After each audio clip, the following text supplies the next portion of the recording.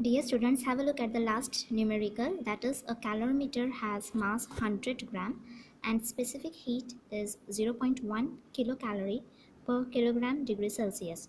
So 100 gram is the mass of calorimeter and specific heat of calorimeter is 0.1 kilocalorie per kilogram degree Celsius. It contains 250 gram of liquid at 30 degrees Celsius having specific heat of 0.4 kilocalorie per kg degree Celsius. So the mass of the liquid is also given, its temperature is also given, and its specific heat is also given. If we drop a piece of ice of mass 10 gram at 0 degrees Celsius, what will be the temperature of the mixture? So now we are supposed to find here the final temperature. Mass of ice is also given, that is 10 gram, and its temperature is also given 0 degrees Celsius, obviously because it is an ice. So now we need to find the final temperature of the mixture over here. Hope you have understood the meaning of the question. So now let's see the solution. Now, what is the mass of calorimeter? That is 100 gram. Its specific heat is 0.1 kilocalorie per kg degree Celsius. Mass of liquid is 250 gram. Its temperature is 30 degrees Celsius, which is denoted by TL. Specific heat of liquid is 0.4 kilocalorie per kg degree Celsius. Mass of ice is 10 gram. Its temperature is 0 degrees Celsius, and we need to find the final temperature of the entire mixture. Latent heat of melting of ice is given, that is 80 calorie per gram, and its specific heat of water is 1 calorie per gram degree Celsius.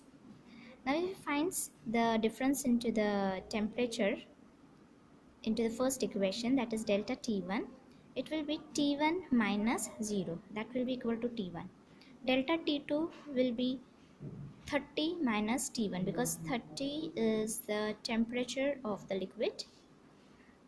So just see the thing that when it is 0 degrees Celsius of ice, first it will become 0 degrees Celsius of water, and then it will attain a certain temperature, and then the mixture will be at a certain temperature, and that temperature is to be found over here. That is why I simply wrote here T degrees Celsius.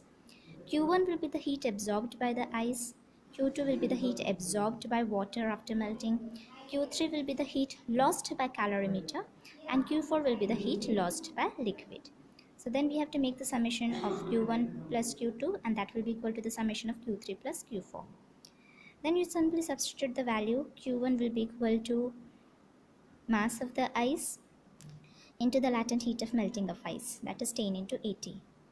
Q2 will be equal to mass of the ice into specific heat of water into delta T, and that is 10 into 1 into T1.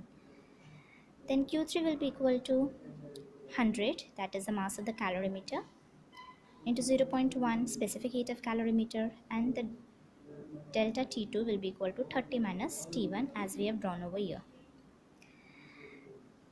Then Q4 will be equal to 250 gram, which is the mass of the liquid, its specific heat capacity, that is 0.4, into its temperature difference, that is 30 minus T1. And when you make all this calculation, you get the equation somewhat like this: 800 plus 10T1 is equal to 300 minus 10T1 plus 3000 minus 100T1.